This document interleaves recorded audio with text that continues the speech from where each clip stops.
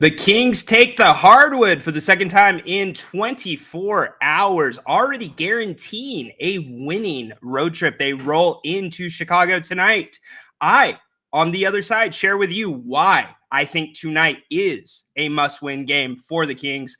We've got plenty to talk about. It's been a while. It's been a day since we've been together. We have not talked all-star snubs. We've not talked last night. So looking forward to that. Get your chats in. We'll get to your phone calls as well. This is the Kings pregame show on If You Don't Like That.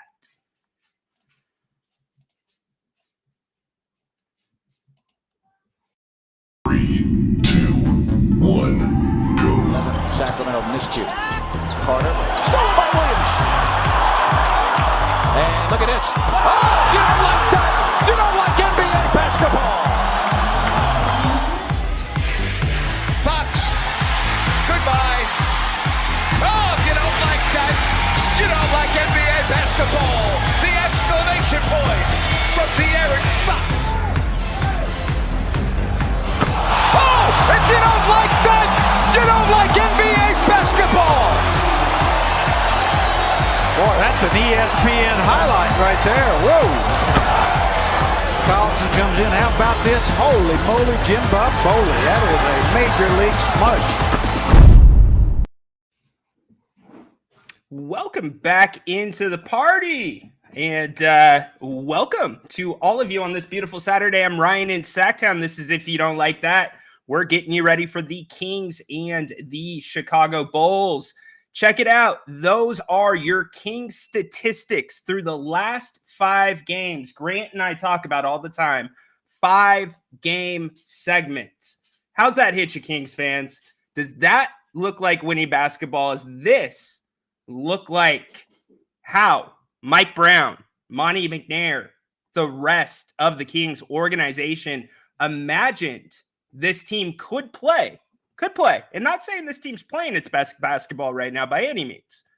But did they imagine they could play conceivably this type of basketball, running it back at this type of level, doing it on the inside, but also doing a little bit on the outside and not relying as much on that 3 ball? I think that's the big thing we've seen from this Kings team. And we talk about the all-star snubs. So I've had some time to digest it. Got to spend some good time with some good people back here in Northern California tonight with you. But digest what we call a snub here in Sacramento for Domas and Fox to a degree. But let's focus on Domas predominantly here. Look, first off, Kings fans, let's be real.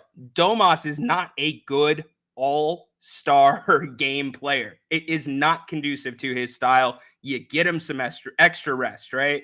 So there's a positive there, but I don't know. It's really tough to gauge. I think the bigger question for me, and I'll pose this to you as we get to the chat here in just a couple minutes. The bigger question is this more of a disrespect? Is this a reaction from the NBA? Is this a rejection from the coaches in the NBA of the style of basketball the Sacramento Kings play? I think it's fair to ask that question, and that's really the big question that's come to my mind over the past few days since the All-Star snub. But enough time. We've got plenty of programming tonight to address that if we want to get to it. But I am excited for all of you in Kings basketball having you here. Let's get to some of your chats. This is going to be a problem, Alberto. The Kings and their free throw percentage. They did not shoot free throws well last night. They could have iced the game last night with free throws. And granted, they still won the game. Let's not overreact. And I kind of sound like I'm overreacting. I'm not. It's just the little things. If we're going to nitpick when we get to the playoffs, those are games you've got to close out by making your free throws. Now, what the Kings did on a positive side last night, you realize the Kings held Tyrese Halliburton. Think about this for a second. The Kings held Tyrese Halliburton to 1 assist last night. And I know Ryan, he came off the bench. He's on a minutes restriction. He's been injured. He leads the NBA in assists. So when I say tonight for the Kings is a must win, I say it's a must win from the eyeball test with this basketball team. we've wondered where this team was. Are they on the same page? Is everything okay in paradise, right? And they seem to be back into a better place as we looked at those stats over the last 5 games for this team. But you look at everything this team has done up until this point of the season. I'm telling you, this team tonight, they win this game. This is a rejection. This is a full out, not one player, not Domas having 40 points, not De'Aaron getting upset and having 35. This is a full team rejection of the rejection of Domas and Fox. Yes, or being left off the All-Star team. Everyone showed up yesterday. This team has struggled on back-to-backs. We know this. Struggled mightily. Is tonight the night? As this team seems to be growing up in front of our eyes, is tonight the night they get that back-to-back win, right? They close out the back-to-back, and they have another convincing team effort against a team that they should have no problem beating in the Chicago Bulls, a team without Zach LaVine. News breaking today, he will be out 3 to 4 months due to surgery. So as I said, guys, you want to get on the show, you can scan that QR code right there. Come on the show. You don't have to be on video. It's all good if you don't want to. And we're also taking comments. So let's get to some of these or get to some more of them. Let's go Kings. Yes, indeed. We got a couple of those. What's up, Carf? How would a coach address the free throw shooting? Let pros be pros. Good question. With Domas, it's tough, right? Because he's getting beat up inside. The guy is like a zero body fat. I mean, if you look at one guy on the Kings that you might give the nod to and say, I understand why free throws are an issue for him. I get it. Now, you are an NBA player. It is your job to play basketball, which is an amazing job. Any of us wish we could have that job. So it seems easy, a lot that goes into it, but I would be just hammering the mental side of free throws to this Kings basketball team. To me, this is mental. So that is the approach I would take. Appreciate that. Alberto, Derek, what's up? I know. I wish you guys too had to, or I took a night off, spent some time with some friends in Southern California. So that was a lot of fun. Rich, what's up? Bulls are favored to win. Yeah, because the Kings are on a back-to-back.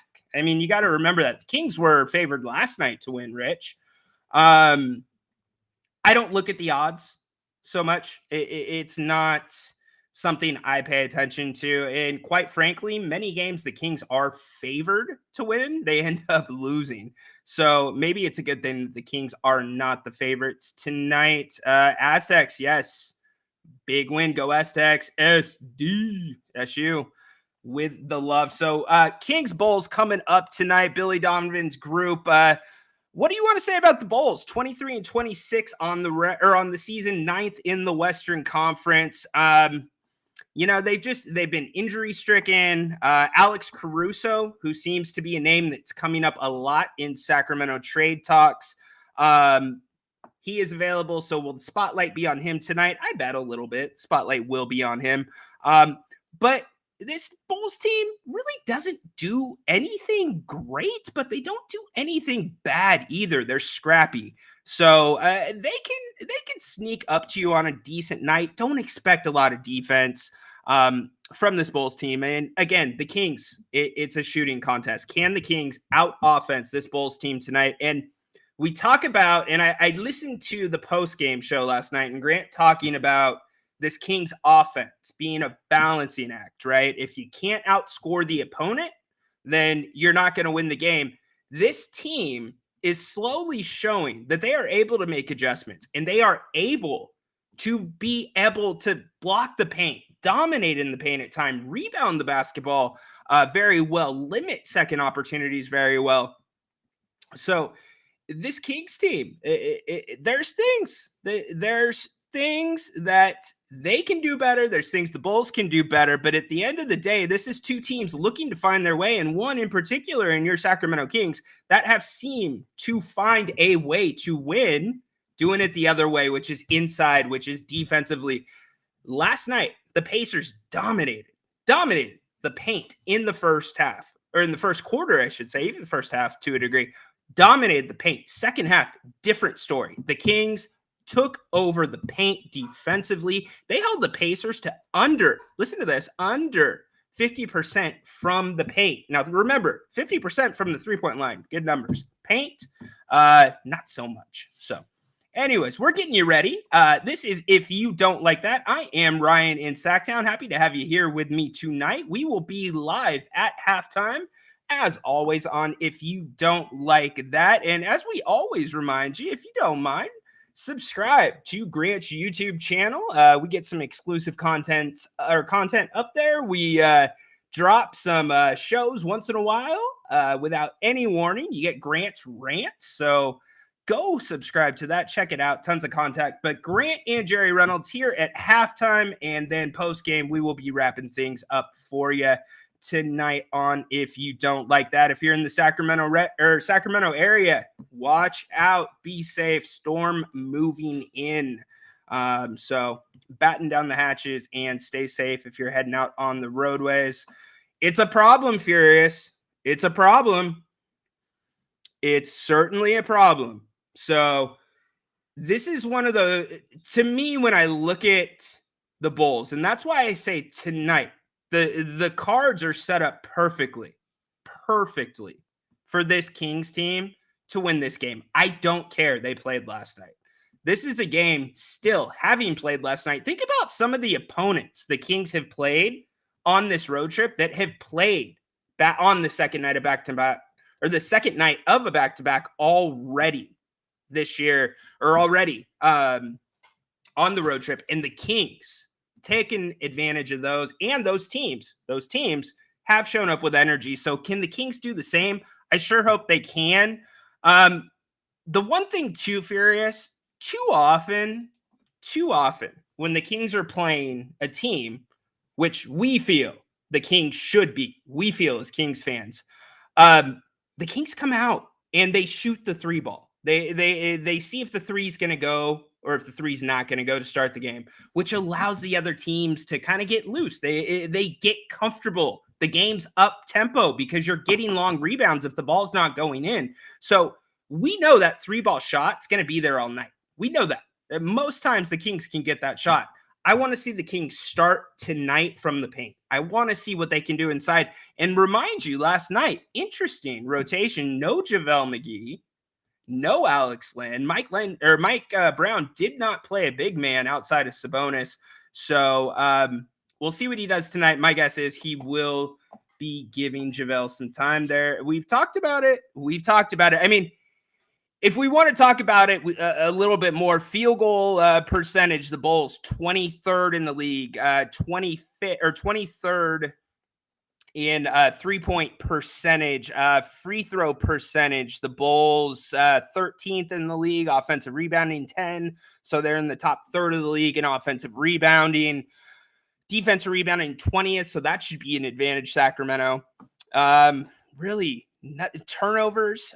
They take care of the ball not very well. They are third in the NBA in turnovers. Kings have shown a propensity to turn the ball over as of late. Can the Kings take care of that basketball a little bit more tonight? The table's set, but yes, the Bulls are tricky. The Kings won the last game because they attacked the paint. It's what we're talking about, Edward. Spot on, my friend. You and I are on the same page. What's up? Get her done. I like get her done. Good job. I feel like the Kings are locked in. Got the Kings winning easily. Sometimes that's the kiss of death when we say the Kings are going to win easy, especially against an easy team. But I hope you are right. If the Kings come out and play Kings basketball where it's paint first, it's inside out. Somebody make a t-shirt, inside out. That's literally the motto for this Kings offense, in my opinion. Jason, thank you for the love, my friend. Let's go. Really appreciate the super chat, man. Go Kings. Happy to have you here. Thank you so much for being here on the post-game show or the pre-game show, Jason. My bad. Hey, it's been a couple days since we've seen each other. I'm going to have some dinner after this. Unfortunately, I can't go to Bennett's, but guess what? Nothing's stopping you. 3 locations here in town. Newest location in Rockland in the Blue Oaks Town Center. Other locations not too far away in Roseville and then in Sacramento off of Howe and Faros. Go to Bennett'sRestaurants.com. Check out their menus, get reservations, gift cards, and much more. And hey, guess what tomorrow is? Sunday brunch. Don't forget, $44, bubbles and brunch, 2 entrees, bottle of champagne, orange juice, $44. Can't beat it. That's one way not to have a rainy Sunday, regardless of the weather outside. You know we love our Bennett's. Go show them some love, and we appreciate all of you that have gone and supported Bennett's and all of our other sponsors here on If You Don't Like That. I am Ryan in Sacktown. A reminder, Jerry Reynolds, Grant Napier, right here at halftime. We will talk about the first half, a first half that should be filled, hopefully, with Kings. I want to see, really, with the Kings, I want to see 25 to 30 points in the paint in the first half, in addition to at least 10 free throw attempts. That would make me feel really good. Ben, welcome to If You Don't Like That. Do I think the last few games Keegan either is not playing or barely playing the fourth quarter is a product of the lineups on the opposite side? I do. Ben, and it's hard because Keegan, and thank you for chiming into the show, Ben. Keegan many times guards the other team's best offensive player. I think I'm going to point to matchups because Keegan Murray in the last, again, I will hang my hat on this. And in fact, I have not said this publicly. Keegan Murray has taken a bigger jump between year 1 and year 2 than De'Aaron Fox, in my opinion. You can look at the statistics. You can make an argument either way. But flat out, De'Aaron Fox not playing the defense Keegan Murray plays. And also, De'Aaron Fox, and he was special, still is special as a rookie, or was special as a rookie, still is special now, an all-star. But what? I can't think of the improvements in De'Aaron's game like I can think of Keegan's between year 1 and 2. And that's not just because that Keegan is playing in front of our eyes right now, and we got to go back and remember De'Aaron. No, Keegan's changed his game. Keegan, to me, we talked about the Kings needed more creators. They have a lot of finishers, not enough creators. Keegan's able to create his own shot from the mid-range. And I think the mid-range is the most important thing because that gives the Kings a different method, a different vessel of attack outside of just the 3-ball. And you know Keegan can do that as well. So good question right there. C-Dog, yes, indeed. Kings are 1.5 point underdog. C-Dog, what's up, dude? Usually you've been on a pregame show by this time in the season. Got to get C-Dog on here one of these nights. Carf jumping back in the action. A few more days before trade deadline. Any Kings moves happening? Question of the hour, Carf. I can tell you, everybody that I have talked to, and I am not, I want to make this very clear. I am not a reporter. I consider myself more of an insider. So the people I've talked to, it's quiet. It's very quiet. Now, that doesn't mean the Kings they're not prepared to pull the trigger, but as I've taken a step back, Carf, I've realized that the Kings, name me, and maybe this conversation has changed since I've considered this, because of LeBron James possibly becoming available, because you might be able to say, hey, Ryan, and thanks, MC, by the way. Throw that up there. Give us the thumbs up. MC is the best, as for all of you for being here. I appreciate it. And subscribe as well if you have not. But getting back to the question from Carf, this team, you bring in LeBron James, maybe, but okay, what are you going to have to give up? And guys, hypothetical. This is guys and gals, excuse me, completely hypothetical. Completely. Heard nothing on the LeBron James front. But you bring in LeBron James. Could the Kings win a championship this year? Well, depends on what you give up for him, right? So outside of LeBron James, there's not a player in the NBA, and maybe even LeBron James, that I think would take the Kings over the top to win a championship this year. So Carf, I am of the opinion that although I was critical last trade deadline of the Kings for not being proactive, I thought the Kings were reactive. I thought the West got much better around them, specifically the Los Angeles Lakers. I saw names going to teams that we knew were going to eventually run into the Kings somewhere down the road, whether it be in the playoffs or in a big game, that made a difference. Josh Hart comes to mind. Remember what Josh Hart did to the Kings at Golden One Center? What do you have? I think it was like 13, 14 offensive rebounds or rebounds in general. So moves like that, right? So peripheral moves, I would have liked them. I was critical last year of. I wanted them to go out and do it. Be aggressive. This year, not so much. Here's why, Carf. The new CBA goes into effect next year, or this coming operating season for the league. As of right now, a third of the teams in the NBA and some of the Western Conference player teams or Western Conference playoff teams, they're in the second apron of the whatever you want to call it. I call it the tax. They're in the second apron, which means they are significantly taxed for having, they would have first round draft picks in 20, 30 something taken away because of where their salary's at. What I'm telling you is this trade deadline may be very obscure because teams are going to be looking for trade capital, not as much for talent, unless you are a team that can win a championship.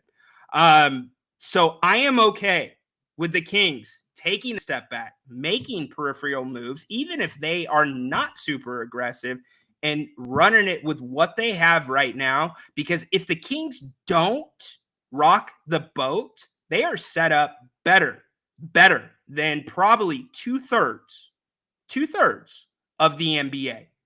Two-thirds.